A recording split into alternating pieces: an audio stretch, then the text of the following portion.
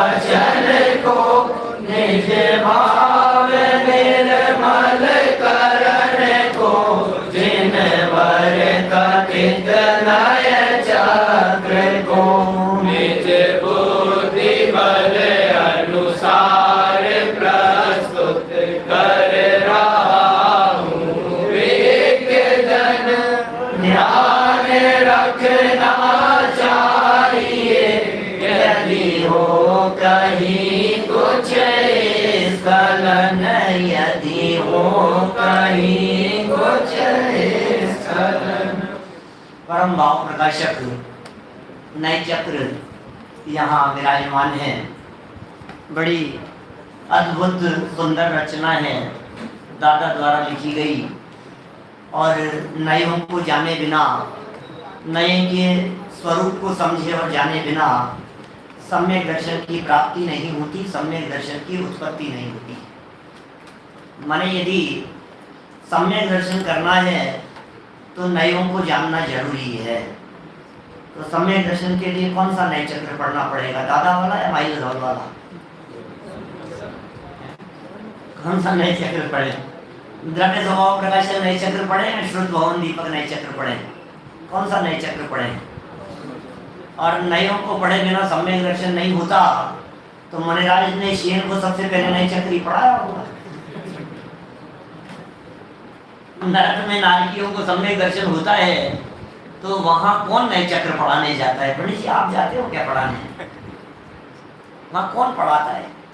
अरे भाई, नयों के नाम जाने या न जाने, लेकिन नयों की विषयभूत वस्तु को जाने बिना सम्यक दर्शन नहीं हो सकता। ये बात नयों के सामान्य स्वरूप में आप लोगों को बताई जा चुकी है कि मुख्यता और गौणता ये नयों का मुख्य लक्षण है। मुख्यता और गौणता के बिना नए नहीं बनते। नयों की चर्चा होगी तो मुख्यता गौणता होगी ही होगी, नियम ही है ये। और दूसरे प्रकार से यदि मैं कहूं तो कह सकता हूं, जहां जहां मुख्यता गौणता है वहां सब नए हैं। मुख्यता गौणता के बिना नए नहीं हो सकते और नयों के बिना मुख्यता गौणता नहीं हो सकती है ना। इधर भी आ सकते हैं, आगे से भी और देखना, इधर आ जाओ। तो मुख्यता गौणता जरूरी है ना नयों के कथन में। अब त्रियंच गति के जीवों को भी जब सम्यक दर्शन की प्राप्ति होती है तो मुख्यता गौणता के बिना नहीं होती है, क्योंकि त्रियंच गति के जीवों में भी अरे सम्यक दर्शन की तो कोई विधि है ना, कोई प्रक्रिया है ना, शिक्षण वाला के अंदर बतलाई है। पर द्रव्यंते भिन्न आप में रुचि, पर द्रव्यंते भिन्न आप में रुचि सम्यक तो भला है। अब इसी बात को ऐसा देख लो कि समस्त पर पदार्थों की गौणता और अपने त्रिकाली ध्रुव ज्ञायक भगवान आत्मा की मुख्यता, बस ये तो त्रियंचों को भी होता है और नारकियों को भी होता है। यही तो नए हैं। नहीं, सम्यक दर्शन की प्राप्ति के समय क्या होगा? अपने में अपनापन होगा, पर में परायापन होगा। अपने में अपनापन होगा, अपने स्वभाव की दृष्टि होगी और पर से दृष्टि हटेगी। तो पर से दृष्टि हटी, ये हो गई गौणता, और अपने से दृष्टि जुड़ी, ये हो गई मुख्यता। तो मुख्यता गौणता त्रियंच गति के जीवों को भी जब सम्यक दर्शन होता है तो उनके जीवन में भी ये बात लागू होती है। इस तरह सम्यक दर्शन की प्राप्ति में नयों की अनिवार्यता असंदिग्ध है। माने सम्यक दर्शन की प्राप्ति नए के बिना नहीं होगी। कल हमने यहाँ निश्चय और व्यवहार नए की कई परिभाषाएं देखी थी आगम के आलोक में। बहुत सारी बातें, क्या क्या निश्चय हो सकता है। अभेद सो निश्चय, भेद सो व्यवहार। मैंने एक ही पक्ष की बात करें, मात्र व्यवहार की, तो भेद सो व्यवहार, उपचार सो व्यवहार, संयोगी कथन करने वाला वो व्यवहार, पराश्रित व्यवहार, एक वस्तु में किसी प्रकार से भेद करने वाला वो व्यवहार, असत्यार्थ व्यवहार, उपचरित व्यवहार। कितने तरह से व्यवहार की व्याख्याएं हुई। इन सब का निष्कर्ष निकालते हुए 7 महत्वपूर्ण बिंदु यहाँ दिए हैं। देखिए, उन्हें हम यहाँ पढ़ लेते हैं और फिर निश्चय व्यवहार के परस्पर विरोध अविरोध की चर्चा या भेदा भेद बने की चर्चा, उसे समय सार ग्रंथ के आधार से यहाँ हम आज बढ़ाएंगे आगे। 26 नंबर पेज पर लास्ट में नीचे कुछ पॉइंट दिए हैं, 7 बिंदुओं में चर्चा है। पीछे से किसी का प्रश्न आया कि कल जब हमने ये 4 पॉइंट पढ़े टोडरमल जी के आधार पर, तो इनमें 4 में अंतर क्या है, और ये पहला दूसरा तीसरा चौथा 4 क्यों बना दिए? चौथे के अंदर ही गर्भित होते हुए दिखाई दे रहे हैं कि बनाए नहीं है। टोडरमल जी साहब ने 7वें अध्याय में निश्चय व्यवहार की व्याख्या करते समय जो महत्वपूर्ण वाक्य दिए हैं उन्हें यहाँ प्रस्तुत कर दिया। बातें मिलती जुलती भी है, उसी बात को अब आप कहेंगे कि सब रिपीट हो गई है, कि रिपीट मत कहो, उसे अलग भाषा में उसी बात को प्रस्तुत किया है। नहीं बोलते, अपन बोलते समय नहीं कह देते हैं, ऐसा बातचीत करते समय एक ही वाक्य को 4 जगह दोहरा देते हैं, लेकिन शब्द अलग अलग हो जाते हैं। तो इसी तरह से टोडरमल जी के अलग अलग शब्दों को यहाँ प्रस्तुत किया गया। देखिए पहला पॉइंट, निश्चय नय का विषय अभेद है, व्यवहार नय का भेद। अब ये तो शाश्वत परिभाषा है, अभेद सो निश्चय, भेद सो व्यवहार। अभेद अनुपचारतया वस्तु निश्चय तिथि निश्चय है, भेदोपचारतया वस्तु व्यवहारीय तिथि व्यवहार है। आला पद्धति के आधार पर पढ़ा था अपन ने। जो सी भेद हो यारम दम्माणम गुणई एक वस्तुस सो व्यवहारो बढ़ियो विवरियो निश्चय हुई, ये पढ़ी थी अपन ने पीछे परिभाषा। लक्षण एकस्य सतो यथा कथनचित यथा द्विधा करणम व्यवहारस्य तथा स्यात् तथा निश्चयस्य पुनः। माने भेद करना व्यवहार है और अभेद देखना निश्चय है। सेट कर लिया अपने दिमाग में, पक्की कर लेना, क्योंकि बात अभी उल्टी करेंगे फिर यहाँ विपरीत बात करने वाले हैं। मैंने जब तक दिमाग में ये सेट नहीं होगा तब तक इसका खंडन कैसे होगा? पहले पक्का तो हो जाए, सहज बिल्कुल पक्का कर लेना कि अभेद को विषय करने वाला निश्चय नय है और भेदों को विषय करने वाला व्यवहार नय है। चलिए दूसरा पॉइंट है, निश्चय नय सच्चा निरूपण करता है और व्यवहार नय उपचरित। क्या कह रहे हो? सच्चा निरूपण करता है और उपचरित निरूपण करता है। उपचार क्या होता है? कल भी थोड़ी बहुत चर्चा मैंने शायद की थी उपचार के बारे में। तो उपचरित निरूपण क्या चीज है? जब इसको निश्चय को सच्चा निरूपण कहा है तो व्यवहार नय को आप झूठा कह देते, झूठा नहीं कहा। ऐसा नीचे वाले पॉइंट में लिखा है, तीसरे पॉइंट में, निश्चय नय सत्यार्थ है और व्यवहार नय असत्यार्थ है। माने निश्चय ने सच्ची बात करता है, व्यवहार में झूठी बात करता है। ऐसा है? निश्चय ने सच्ची बात करेगा और व्यवहार में झूठी बात करेगा, ऐसा ही है क्या? नहीं है ऐसा। व्यवहार में झूठी बात नहीं करता, लेकिन असत्यार्थ का मतलब क्या होता है? असत्य माने तो झूठ होता है। और यदि आपको ऐसा लगता है कि व्यवहार में असत्यार्थ बात नहीं करता, व्यवहार में झूठी बात नहीं करता, तो मेरा सही जी प्रश्न है आपसे कि व्यवहार में झूठा क्यों नहीं है? बोलो, किसे कहना है? बोलो। प्रमाण से ग्रहण की हुई। और कोई बात? बता तो वस्तु को ही रहा है। चलो और कोई? नए सम्यक श्रुतियान के अंश। चलो ये भी ठीक है। और व्यवहार में किसी अपेक्षा से कथन करता है। श्रोताओं में से बतलाइए ना कोई। व्यवहार नहीं के बिना सत्यार्थ को समझा नहीं जा सकता। नहीं, व्यवहार में असत्यार्थ क्यों नहीं है? व्यवहार में झूठा क्यों नहीं है? मैं एक तर्क कितने सालों से दे रहा हूं मैं और हमेशा जब जब देता हूं ना निलय जी, तब ये कहता हूं कि मैंने कितनी बार पहले दिया है, अब तो पता होगा सभा में। और हर साल शिविर में नए चक्र पढ़ाता हूं, हर साल, या तो इसमें या आगे वाले शिविर में। और मैं ये बात बताता ही बताता हूं, और फिर भी पूरी सभा में मुझे जवाब मिलता नहीं है। क्या बताऊं? और कई लोग ऐसे मिल जाएंगे जो ये कहेंगे आप हर साल वही पढ़ाते हो। हर साल पढ़ाता हूं फिर भी तो पता नहीं है क्या बताया है। सुनो, व्यवहार में अब याद रखना, तुम लोगों से तो अपेक्षा इसलिए भी नहीं थी क्योंकि तुम तो सब नए आए हो। जो पहले पढ़े थे वो तो निकल गए, लेकिन और श्रोता तो सब पुराने हैं। गौरव क्या है जवाब? सुनो, ऐसा है, व्यवहार नए झूठा इसलिए नहीं है, व्यवहार नए असत्य इसलिए नहीं है, बिल्कुल सिंपल सी बात है, क्योंकि व्यवहार नए के वचन बोलने पर झूठ बोलने का पाप नहीं लगता, इसलिए झूठ नहीं है। झूठ भाई 5 पाप है ना, हिंसा, झूठ, चोरी, कुशील, परिग्रह, 5 पाप है ना। तो हिंसा किसका नाम, जिसमें हिंसा का पाप लगे, झूठ बोलने का पाप लगे, चोरी करने का पाप लगे, कुशील परिग्रह पाप हो, तो जो वचन जबान से निकलने पर झूठ बोलने का पाप लगेगा तो झूठ है। अब व्यवहार ने का वचन जबान से निकलने पर झूठ बोलने का पाप नहीं लगता, इसलिए वो झूठ है ही नहीं। भाई विवेक, ख्याल में आई बात।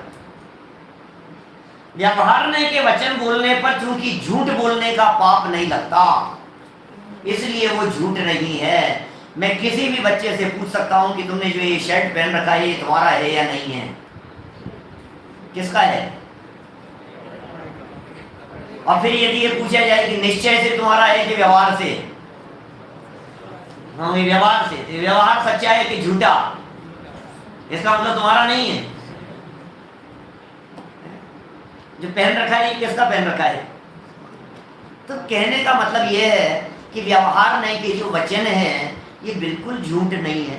ज्ञानी भी व्यवहार नहीं के वचन बोलते हैं, रंच मात्र भी पाप नहीं लगेगा। व्यवहार ने रूप वचन बोलते समय, प्रतिपादन करते समय बिल्कुल डरने की जरूरत नहीं है, बेझिझक बोलिए, लेकिन तकलीफ वहां खड़ी हो जाती है जब व्यवहार नहीं के वचन बोले जाते हैं और उन्हें परमार्थ समझ लिया जाता है। व्यवहार की बातें कही जाती है, यदि उन्हें परमार्थ मान लिया गया तो महापाप है, पाप नहीं महापाप है।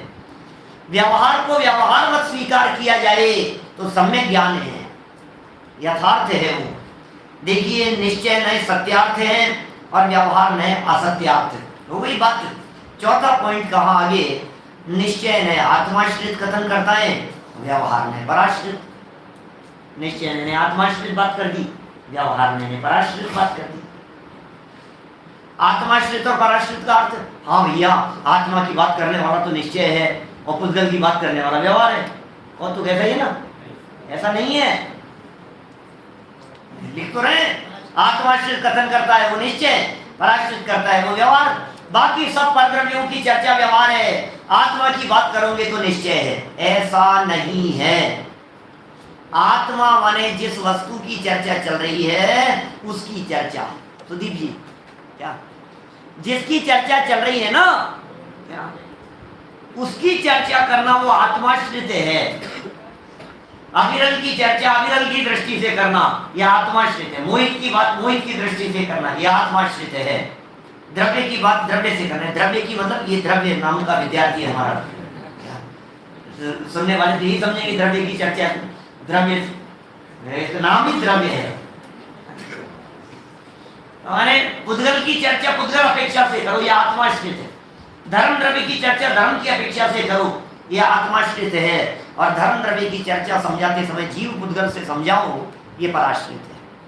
तो आत्माश्रित कथन निश्चय और पराश्रित कथन व्यवहार। 5 नंबर का पॉइंट, निश्चय नए असंयोगी कथन करता है और व्यवहार नए संयोगी कथन। संयोगी कथन करते हुए व्यवहार नए संयोगों का ज्ञान कराता है। इसी तरह से 6ठा पॉइंट है, निश्चय ने जिस द्रव्य का जो भाव या परिणति हो, ये टोडरमल जी को आधार बना करके है, जिस द्रव्य का जो भाव या परिणति हो उसे उसी द्रव्य की कहता है, पर व्यवहार ने निमित्त आदि की अपेक्षा लेकर अन्य द्रव्य के भाव या परिणति को अन्य द्रव्य तक की कह देता है। निश्चय ने जिस द्रव्य का जो भाव होगा और जो परिणति होगी, भाव मतलब उसके गुण, परिणति माने पर्याय, तो जिस द्रव्य के गुण हैं उसी के कहे जाएं। अपने आप को गोरा काला कहना कल की थी बात हमने, इस तरह से और भी बात लगा दूं, कर्ता धर्तापन की बात लगा लीजिए। जहाँ जहाँ निमित्तों की मुख्यता से कथन किए जाते हैं, माने घड़ा किसने बनाया, बोले कुम्हार ने, तो कुम्हार घड़ा बनाने का करता है और कुम्हार का कार्य घड़ा बनना है, बोले ये जो कथन किया है ये व्यवहार नहीं। आपने कर्ता कर्म को मिला लिया, कारण कार्य को मिला लिया। मैं बोलता हूँ, मैं समझाता हूँ, आत्मा बोलता है, ये जीव कैसी बातें कर रहा है, तो जीव और बात करता है, मिला करके कथन कर रहे हो, गुणों को मिला करके कथन कर देते हो। गुरु से ज्ञान होता है, इसी तरह के कथन है। जब जब इस प्रकार के कथन कहे जाते हैं तो दो द्रव्यों को मिला करके कथन किए हो, दो द्रव्य के भावों को एक दूसरे में मिला करके कथन किया हो। अरे भैया, इस ग्रंथ में तो बहुत ज्ञान भरा है, ग्रंथ में ज्ञान भरा है, समय सार में ज्ञान भरा है। ज्ञान आत्मा का गुण, और आप कह रहे हो समय सार में। अब समय सार जो कि जड़ समय सार सामने है, उसमें तो आपने ज्ञान बतला दिया और अपने आप को गोरा कह दिया, अपने आप को काला कह दिया। मैं कितना काला हो गया। उद्गल का गुण था, अपने में मिला दिया। पंडित जी साहब ने यही चर्चा 225 नंबर पेज पर की मोक्ष मार्ग प्रकाशक में। अपना अंश पर में मिलाता है और पर का अंश अपने में मिलाता है। ये मिलाता है, ये जीव अजीव तत्व संबंधी भूल है, और मिले हुए कहे ये व्यवहार है। माने वो भूल है, ऐसा ही मान लेवे तो, और कहे तो व्यवहार में, यानी जीव भी इस प्रकार के कथन कहता है, कोई दिक्कत नहीं। देखिए आगे पॉइंट, निश्चय ने प्रत्येक द्रव्य का स्वतंत्र कथन करता है, जबकि व्यवहार अनेक द्रव्यों को, उनके भावों को, कारण कार्य आदि को मिलाकर कथन करता है। द्रव्यों को मिला दिया, भावों को मिला दिया, और कारण कार्य आदि को मिला दिया। किसी का कर्ता किसी को कह दिया, उद्गल आदि का कर्ता अपने को कह दिया, अपना कर्ता उद्गल आदि को कह दिया। कारण कार्य मिला दिया एक दूसरे में। मैंने आप पढ़ा रहे हैं, आप समझा रहे हैं, हम पढ़ रहे हैं, हमने लिखा, ये लेख हमारा लिखा हुआ है, एक कारण कार्य आदि को मिला दिया ना। और टोटरमल जी तो कह रहे हैं लिखनादि वचनादि क्रिया वर्णादि और इंद्रिय ही है, ये है सब उद्गल को खेल, ये परमार्थ का ज्ञान है। अब ये उद्गल का खेल होते हुए भी अपना योग और उपयोग उसमें मिलाए, लिखनो करनो तनु को मिलो, ये जो बात कही है व्यवहार ने कहा। इस प्रकार हम देखते हैं कि निश्चय और व्यवहार की विषय वस्तु और कथन शैली में मात्र भेद ही नहीं है, अभी तो विरोध दिखाई देता है। निश्चय और व्यवहार में विरोध दिखाई दे रहा है। जो बात निश्चय ने करेगा, व्यवहार ने उससे उल्टी बात करेगा। जो व्यवहार ने कहेगा, उससे उल्टी बात निश्चय ने करेगा। मैं यदि एक नए के बारे में ये कहूं कि असंयोगी कथन करता है, तो दूसरे नए के बारे में आप अपने आप कह देंगे कि संयोगी करता है। यदि एक नए के बारे में कहा जा रहा है कि ये भेद करता है, तो दूसरे के बारे में अपने आप ही निकाल लेंगे कि ये अभेद करता है। ऐसा ही है, परस्पर विरोधी कथन है। मात्र भेद ही नहीं, विरोध दिखाई देता है, क्योंकि जिस विषय वस्तु को निश्चय ने अभेद अखंड कहता है, निश्चय ने जिस विषय वस्तु को अभेद अखंड कहा है, व्यवहार ने उसी में भेद बताने लगता है। ये तो वही परिभाषा हो गई। निश्चय ने अभेद कथन किया, व्यवहार ने अभेद तो निश्चय और भेद तो व्यवहार। और अब आगे सुनना, जिन दो वस्तुओं को व्यवहार एक बताता है, निश्चय के अनुसार वे कदापि एक नहीं हो सकती। ये क्या चक्कर है? ऐसा भी होता है, निश्चय ने अभेद बतलाता है, व्यवहार ने भेद बतलाता है। अब ये तो उल्टी बात कर रहे हैं। यहाँ समय सार की 27वीं गाथा प्रस्तुत की। देखो समझना भाई, तुम लोगों के लिए समझने की बात है, क्योंकि आपको ऐसे लगेगा व्यवहार में तो भेद का काम करता है, नहीं, व्यवहार अभेद भी कर देता है। निश्चय ने अभेद करता है कि नहीं, निश्चय ने भेद भी करता है। लेकिन किसमें? ये 27वीं और 7वीं गाथा को यहाँ प्रस्तुत करके प्रकरण को बहुत सुंदर ढंग से समझाया है। 27 नंबर की गाथा है और पेज नंबर भी संयोग से 27 ही है ना। 27 नंबर पेज पर 27 नंबर गाथा देखिए, जैसा कि समय सार ने कहा है। व्यवहारणो भासति जीवो देहो यावदि खलु एको न निश्चयस्य जीवो देहो यकदापि एकट्ठो देह चेतन एक है, वचन है व्यवहार का ये एक हो सकते नहीं है।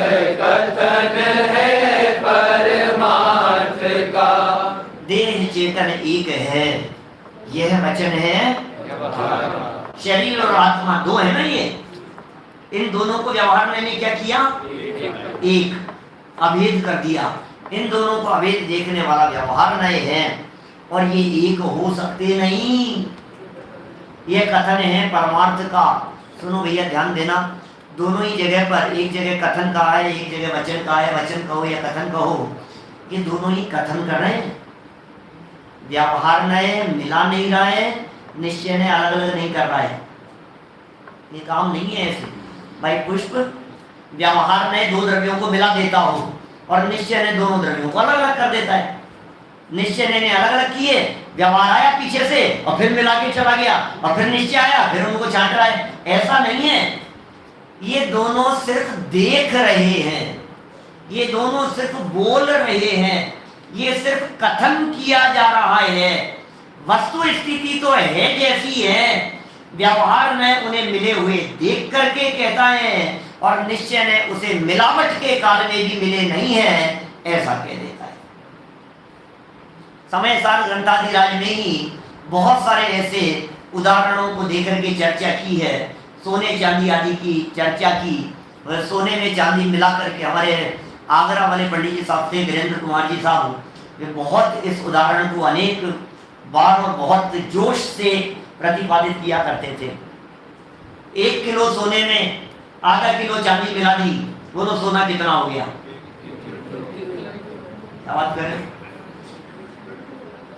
किलो में समझ में नहीं आता है ना, तोले में समझ में आता है, किलो में नहीं समझ में आता। आप जब बाजार से आभूषण खरीद करके लाते हैं तो हम पूछते हैं कितने तोले का है, तो आप कितने तोले का बताते हैं? जितने का भी हो। 5 तोले का है। ये चैन कितने तोले की? बोले 5 तोले की है। अच्छा, चांदी की है क्या? अरे नहीं पंडित जी, सोने की है। अच्छा, कितने की है? कितने सोने की है? बोले 5 तोले सोने की है। क्या? अच्छा, तो 5 तोला सोना ही है उसमें? 5 तोला सोना है उसमें। उसमें जब चैन बनी ना तो निश्चित तौर पर उसमें खोट भी होगी, मिलावट भी होगी, अन्य धातुएं उसमें मिली हुई होंगी। 5 तोले में 4 तोला गोल्ड होगा और 1 तोला दूसरी धातुएं होंगी। उसके बावजूद भी आप क्या कह रहे हैं? 5 तोले सोने की है। 5 तोले सोने की नहीं है क्या वो? अब उसे 5 तोले सोने की कहना ये व्यवहार है। लेकिन जब आप बेचने के लिए जाते हैं तो वो कहता है कि पंडित जी ये तो 4 ही तोला है। वो क्या देख रहा है? वो उसमें भेद डाल करके देख रहा है। आप उसे अभेद देख रहे थे, वो भेद देख रहा है। तो जिस समय अभेद देखा जा रहा था उस समय अभेद हो गए थे क्या? सोने में चांदी मिला था कि नहीं मिला था? यदि सच में वो मिल गया होता तो फिर अलग नहीं हो सकते थे। तो मिले हुए देखना और भिन्न भिन्न देखना, ये 2 दृष्टियां हैं, और उन दोनों दृष्टियों की यहाँ चर्चा कर रहे हैं। एक कह रहे हैं शरीर और आत्मा, इन दोनों को एक कहना ये व्यवहार नय का कथन है। व्यवहार नय इस प्रकार की बात कहता है, और इस कथन का विस्तार करते हुए कह देता है ये 2 इंद्रिय जीव है, ये पंचेंद्रिय जीव है, ये मनुष्य जीव है, नारकी जीव है। आज तो सुबह नियम सार में कुंदकुंदाचार्य देव ने पर्यायों के भेद बतलाते समय मनुष्य तिर्यंश देव नारकी बता दिए। ये मनुष्य है, कितने तरह के हैं मनुष्य? सुबह नहीं थे पूजन में? कितने तरह के मनुष्य हैं? 2 तरह के मनुष्य हैं भाई। कौन कौन से? आर्यमलेच्छास्य, है ना? तत्वार्थ सूत्र का सूत्र याद नहीं है? तत्वार्थ सूत्र का सूत्र तो याद है। आर्यमलेच्छास्य विधान में क्या कहा था? हाँ, कर्म भूमि और भोग भूमि, ऐसे मनुष्य के 2 भेद ये थे। और नारकियों की, नारकी कितने प्रकार के? 7 प्रकार के। कौन से? 7 भूमियों की अपेक्षा। तिर्यंश कितने प्रकार के? 14 प्रकार के। कौन से? 14 जीव समास की अपेक्षा। और देव ये कौन से? देवाशत्रु ने गाया। चलो ठीक है, तो ये सब कथन कैसे किए आपने? मैंने पर्यायाश्रित कथन किए, शरीराश्रित कथन किए, ये सब व्यवहार नहीं के कथन हो गए हैं। लेकिन निश्चय नहीं कहता है कि जीव और देह कदापि एक नहीं हो सकते। देखिए ध्यान देना क्या लिख रहे हैं, अगले पैराग्राफ को देखो। यहाँ यह बात ध्यान देने योग्य है कि व्यवहार मात्र एक अखंड वस्तु में भेद ही नहीं करता। ध्यान देना, ध्यान देने की बात है। पहले परिभाषा कौन सी रटाई थी आपको? अभेद अनुपचारतया निश्चय तिथि निश्चय है और भेदोपचारतया वस्तु व्यवहारीय तिथि व्यवहार है। अभेद निश्चय है, भेद व्यवहार है। अभेद सो निश्चय, अभेद सो निश्चय, अभेद सो निश्चय। पक्का करना, काम आएगी ये परिभाषा। अभेद सो निश्चय, ये परिभाषा बहुत काम आएगी। चेतन याद रखना इस परिभाषा को। अभेद सो निश्चय और भेद सो व्यवहार। लेकिन यहाँ ध्यान देने योग्य बात यह है कि व्यवहार मात्र एक अखंड वस्तु में भेद ही नहीं करता, अपितु दो भिन्न भिन्न वस्तुओं में अभेद भी स्थापित करता है। अकेला भेद ही नहीं कर रहा है, अभेद भी कर दिया है दो भिन्न भिन्न वस्तुओं में। इसी प्रकार निश्चय मात्र एक अखंड वस्तु में भेदों का निषेध कर अखंडता की ही स्थापना नहीं करता, अपितु दो भिन्न भिन्न वस्तुओं में व्यवहार द्वारा प्रयोजनवश स्थापित एकता का खंडन भी करता है। कौन? निश्चय नय। इस प्रकार निश्चय नय का कार्य, अब यहाँ थोड़ा सा वाक्य समझने जैसा है।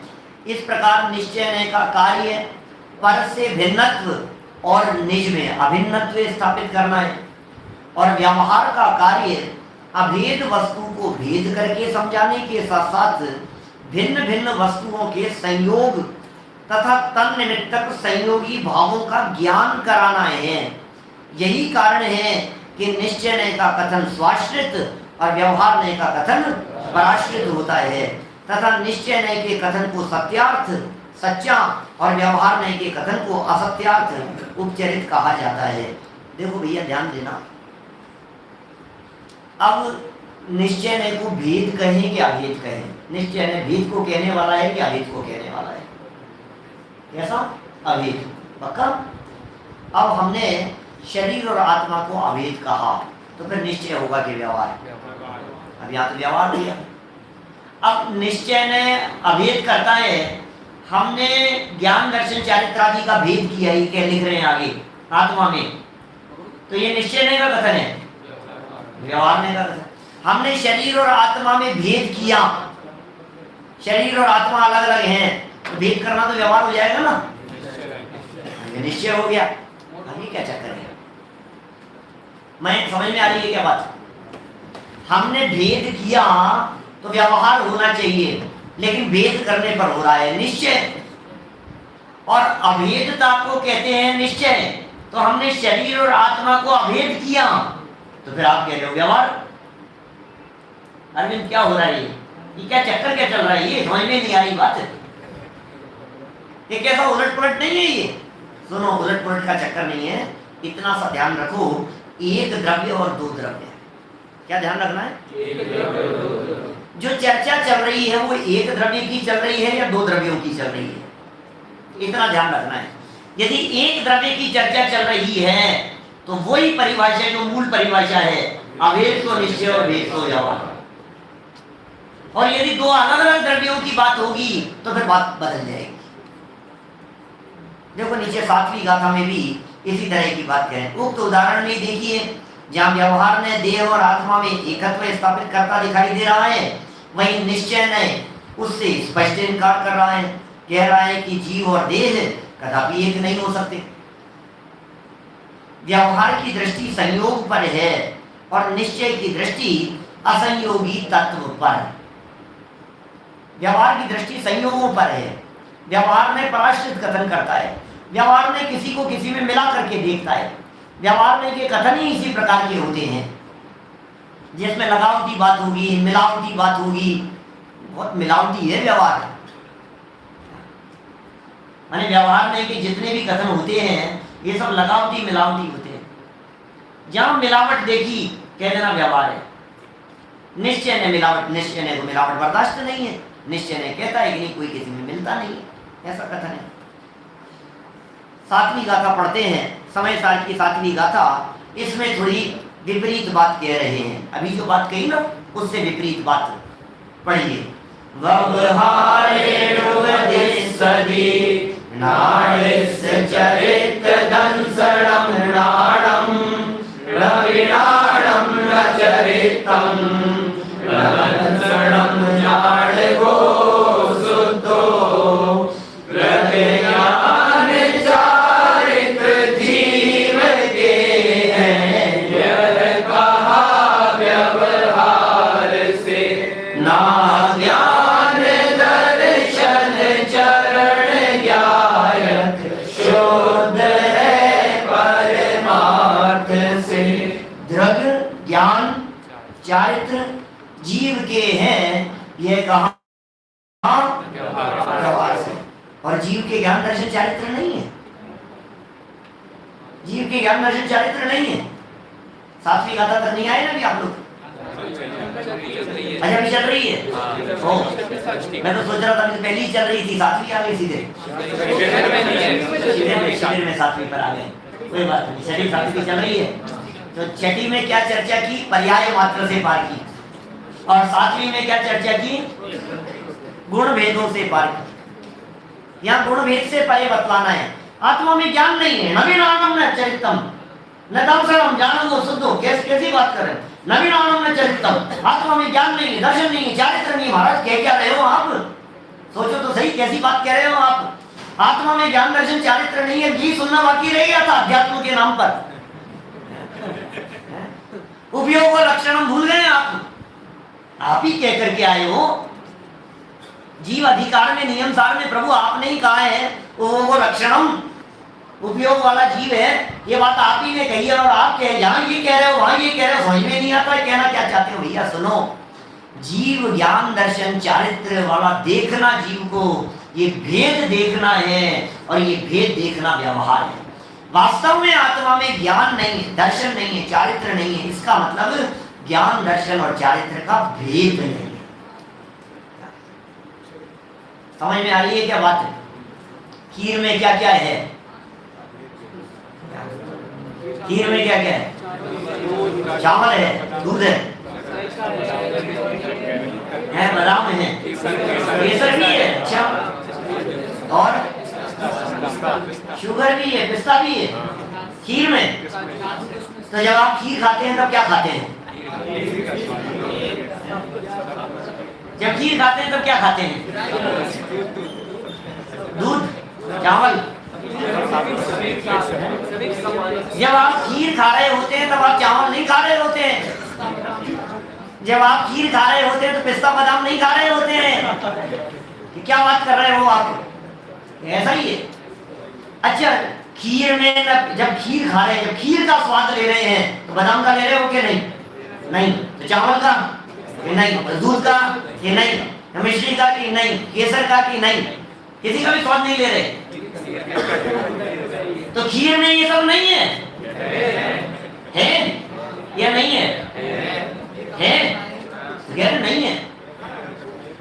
यदि है दिखेंगे तो खीर का स्वाद नहीं आएगा, और खीर का स्वाद आएगा तो फिर वो दिखेंगे नहीं। ऐसा ही है यहाँ पर, यही बात कहना चाह रही है। ये दर्शन ज्ञान चारित्र है, ये आत्मा में व्यवहार नहीं कहता है। परमार्थ की यदि बात करो तो आत्मा में ज्ञान दर्शन चारित्र नहीं है। अरे आज तक तो हमने ये सुना था कि परमार्थ से आत्मा शरीर से भिन्न है, परमार्थ से संयोग भिन्न है, परमार्थ से द्रव्य कर्म भिन्न है, परमार्थ से रागादिक भिन्न है। अरे ये तो परमार्थ से ज्ञान दर्शन चारित्र को भी निकाल दिया। भैया ज्ञान दर्शन चारित्र को नहीं निकाला है, ज्ञान दर्शन चारित्र के भेदों को निकाला है। क्या आत्मा में ज्ञान नहीं है, दर्शन नहीं है, चारित्र नहीं है, ये नहीं कह रहे। ज्ञान दर्शन चारित्र का भेद नहीं है। दृष्टि में से भेद को निकालना है, गुणों को नहीं निकालना है। गुण तो है उसमें, त्रिकाल है, उन्हें कौन निकाले। लेकिन जो ये परिभाषा कही, आज हमें यहाँ 7वीं गाथा नहीं पढ़नी है, हमें 27वीं गाथा नहीं पढ़नी थी। 7वीं और 27वीं गाथा के ऊपर तो हमारे बहुत सारे प्रवचन हैं, भाई साहब चलाते ही हैं यहाँ, वो भी पढ़ ही रहे हैं, आप शिविर में भी सुन रहे हैं। तो मुझे गाथाएं नहीं समझानी, मुझे तो निश्चय व्यवहार समझाना है। इन दो गाथाओं को आधार बना करके निश्चय व्यवहार के स्वरूप को समझना है। आखिर क्या निश्चय है और आखिर क्या व्यवहार है। देखो पढ़ो नीचे क्या लिख रहे हैं। ज्ञानी के प्राणी शब्द का प्रयोग किया, ये भी बड़ा गजब है। प्राणिस व्यवहारेण उद्देश्यति प्राणिस, ज्ञानी के दर्शन ज्ञान चारित्र नहीं है। अब ज्ञानी शब्द का प्रयोग किसके अर्थ में है? ज्ञानी शब्द का प्रयोग आत्मा के अर्थ में है। कितना सुंदर प्रयोग है ज्ञानी। ज्ञानी शब्द के कितने प्रयोग होते हैं, कितने तरह से ज्ञानी शब्द की चर्चा मिलेगी, बहुत तरह से ज्ञानियों की चर्चा मिलेगी आपको।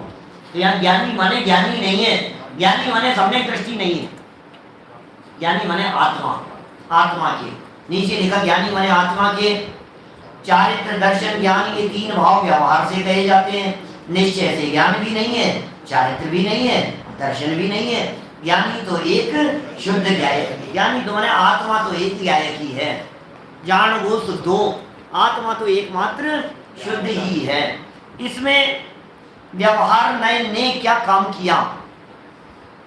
एक अखंड आत्मा को ज्ञान दर्शन चारित्र के भेद करके समझाया, ज्ञान दर्शन चारित्र के भेद करके समझाया। किंतु निश्चय ने सब भेदों का निषेध कर आत्मा को अभेद ज्ञायक स्थापित किया।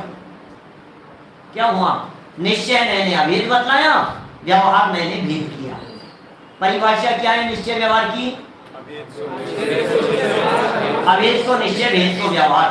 सातवीं गाथा में वही बात कह रहे हैं। अभेद देखोगे वो परमार्थ का कथन होगा, ज्ञान दर्शन चारित्र का भेद देखोगे वो व्यवहार नय का कथन होगा।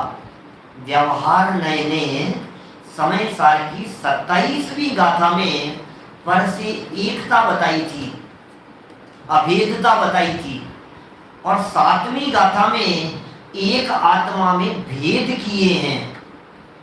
तो व्यवहार नय अभेद भी बता रहा है और व्यवहार नय भेद भी कर रहा है। फर्क क्या है?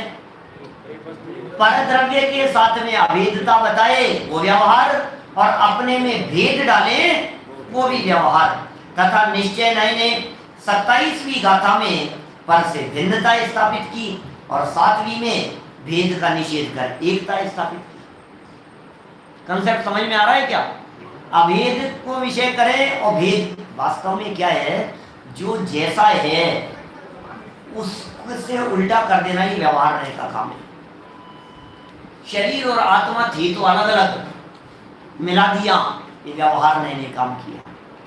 आत्मा था तो अभेद अखंड और भेद डाल दिए, ये व्यवहार नय का काम किया। इस प्रकार व्यवहार का कार्य निज में भेद और पर से अभेद करके समझाना है। व्यवहार नय के दो कार्य हो गए। अब दोनों बातें याद रखना। व्यवहार नय का कार्य निज में भेद और पर से अभेद करके समझाना है, और निश्चय नय का कार्य पर से भेद और स्वयं से अभेद करना है। यही इनके परस्पर विरोध का स्वरूप है। अब ये विरोध अविरोध की जो असली चर्चाएं हैं ना, वो तो आगे आने वाली है प्रकरण में। इनके विरोध अविरोध का जो असली स्वरूप है, विरोध अविरोध की जो मूल बातें हैं, वो तो सब आगे आएंगे अभी। कैसा विरोध है इनमें? अरे साहब, निश्चय ने कुछ कहता है, व्यवहार में कुछ कहता है, और ज्ञानी के जीवन में तो दोनों ही होते हैं। तो ज्ञानी के जीवन में कैसा द्वंद्व चलता होगा भरत का, है? ज्ञानी के निश्चय व्यवहार दोनों ही है ना ज्ञानी के, तो उसके कैसा द्वंद्व चलता होगा ना अंदर में। निश्चय व्यवहार, एक भेद रहा है, एक अभेद कर रहा है, एक भेद कर रहा है, एक अभेद कर रहा है। नहीं भैया, ऐसा नहीं है, कोई झगड़ा नहीं है। दृष्टि में झगड़ा दिखाई देता है, वास्तव में स्वरूप में विरोध है ही नहीं। गहराई में जाकर के देखोगे तो तुम्हारे को विरोध दिखाई नहीं देगा। निश्चय व्यवहार के संबंध में जो स्थिति उक्त भेदाभेद संबंधी है, वही स्थिति कर्ता कर्मादि संबंधी भेदाभेद की भी जाननी चाहिए। अब ये थोड़ा एक मार्मिक बात कह दी, क्योंकि भेदाभेद को तो 7वीं 27वीं के आधार पर समझाया है, अब कर्ता कर्म समझाया नहीं। अब इसमें भी ऐसे लगा लो, कैसे करेंगे? पर का कर्ता धर्ता और मैं ही मेरा कर्ता धर्ता, पर के कर्ता धर्तापन का निषेध और अपने में कर्ता कर्मादि भेदों का निषेध। समझ में आ रही है क्या कह रहे हैं? माने भेदा भेद संबंधी जो स्थिति यहाँ बतलाई है, उसी बात को कर्ता कर्म के संबंध में लगाओ। यदि परद्रव्य के कर्ता कर्म की चर्चा है तो व्यवहार, और मैं ही मेरा कर्ता धर्ता ये निश्चय है। ठीक है, अब एक स्टेप आगे बढ़ो। मैं ही मेरा कर्ता धर्ता को निश्चय कहा ना अभी, लेकिन मैं करता हूं, मैं ही कर्म हूं, ऐसे जो भेद डाल दिए ये व्यवहार है। बात पकड़ में आ रही है कि वजन सिंह जी साहब, है ना गजब की बात। देखो पर का कर्ता धर्तापन उसका निषेध किया, व्यवहार में था पर का कर्ता धर्ता बतलाने वाला, और निश्चय ने कह दिया कि भैया तुम पर के कर्ता धर्ता नहीं हुए, तो किसके कर्ता धर्ता है? मैं ही मेरा कर्ता धर्ता। अब हमारा प्रश्न ये है, मैं ही मेरा कर्ता धर्ता ये निश्चय का कथन है या व्यवहार का? बोलो बोलो, सोचो सोचो एक बार गंभीरता से। मैं ही मेरा कर्ता धर्ता ये निश्चय का कथन है या व्यवहार का? बोलो समर्थ। दोनों नहीं का, व्यवहार का, निश्चय का, कि दोनों का? दोनों का। भाई साहब दृष्टि बदलते ही नए बदल जाता है, बात वही है। मैं ही मेरा कर्ता धर्ता में यदि आप पर के कर्ता धर्तापन का निषेध देख रहे हैं तो ये निश्चय नए है, और यदि यहां आपको भेद दिख रहे हैं तो व्यवहार नहीं। क्या कहा, वापस बोलता हूं। मैं ही मेरा कर्ता धर्ता ये जो वचन कहा है, इसीलिए तो नए चक्र को कहते हैं बड़ा उलझन है। यानी क्या कह रहे हो, कोई निश्चय कोई व्यवहार, ये क्या कह रहे हो? सावधानी हटी और दुर्घटना घटी, ऐसा है। मैं ही मेरा कर्ता धर्ता, ये जगत का जीव पर पदार्थों का कर्ता धर्ता मान करके बैठा था अपने आप को। शरीर मन वाणी का कर्ता धर्ता बन रहा था, संयोगों का घर बार महल मकान का कर्ता धर्ता बन रहा था। तो इसको कहा कि नहीं, तुम पर के कर्ता धर्ता नहीं हो, अपने ही कर्ता धर्ता हो। और दादा ने तो कीर्तन में बात लिखी है, मैं ही मेरा कर्ता धर्ता, तो पर का निषेध कर दिया और अपने कर्ता धर्तापन की बात कही। स्वयं की सीमा में आ गए, मैं ही मेरा कर्ता धर्ता, ये स्वाश्रितपना देख रहे हो तो निश्चय है, और स्वाश्रितपना देखने पर तो निश्चय, और भेदाश्रित देखो तो व्यवहार। निश्चय व्यवहार की क्या परिभाषाएं पढ़ी ना अपन ने, उन परिभाषाओं का ऐसे प्रयोग करो। जब मैं ही मेरा कर्ता धर्ता को निश्चय कहा तो हमने आपसे पूछा, बोलो निश्चय की कौन सी परिभाषा लागू होगी? स्वाश्रित तो निश्चय वाली। और जब आपने कहा मैं ही मेरा कर्ता धर्ता ये व्यवहार है, तो कौन सी परिभाषा लागू होगी? बोले अभेद तो निश्चय, भेद तो व्यवहार। तो कब कौन सी परिभाषा लागू हो रही है, यदि इसका विचार विवेक आपको नहीं है तो आप अर्थ का अनर्थ कर बैठेंगे, गड़बड़ हो जाएगी। नहीं तो अभी स्वाश्रित और पराश्रित के संदर्भ में बहुत महत्वपूर्ण बात आगे आएगी। आज तो हमारा समय संपन्न होता सा दिख रहा है, चलिए इस प्रकरण को पूरा कर देते हैं फटाफट। जहां एक और मिल गया आपको 29 नंबर पेज पर 8 नंबर की 8वीं लाइन है,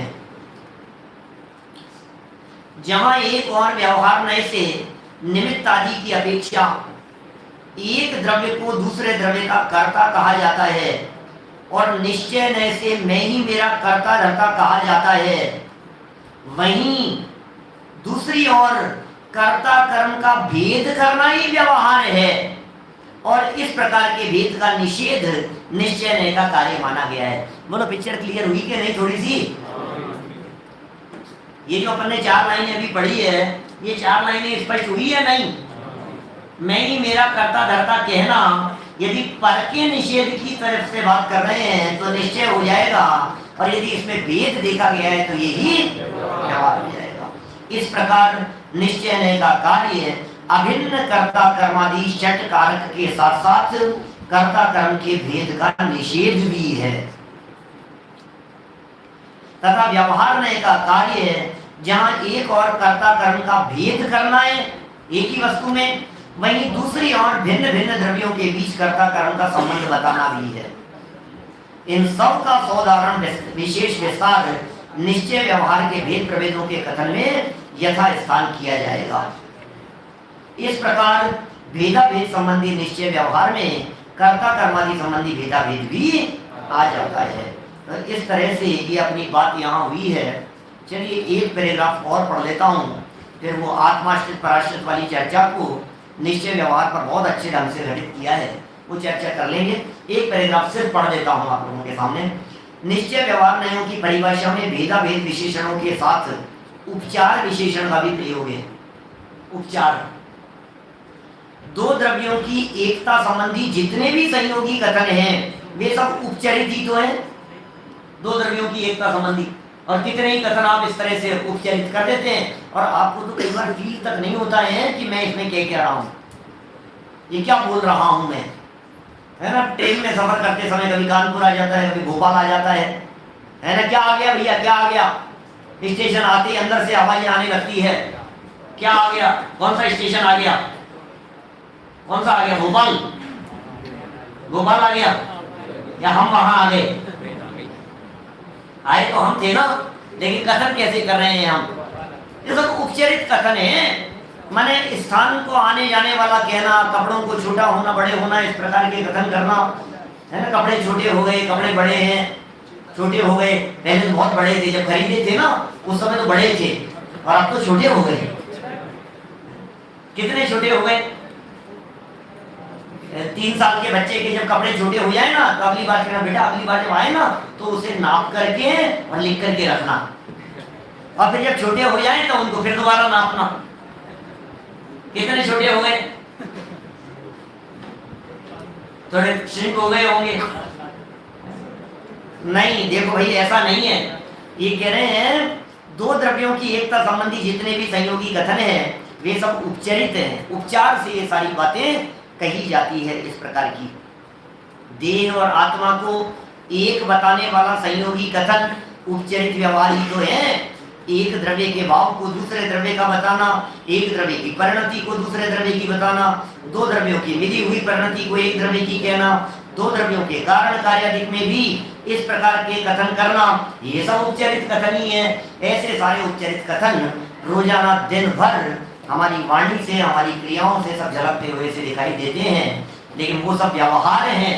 ये बात हमारे लक्ष्य में आनी चाहिए। अब आत्माश्रित को निश्चय और पराश्रित कथन को व्यवहार कहने वाली परिभाषाएं भी इनमें घटित हो जाती है। भूतार्थ सत्यार्थ वाली जो कुछ विशेष बात रही है 11वीं गाथा के आधार पर गुरुदेव श्री ने भी स्पष्ट किया है, और दादा ने भी इसके संबंध में कुछ विशेष बातें कही है। वो सब चर्चा को कल आगे बढ़ाएंगे। अभी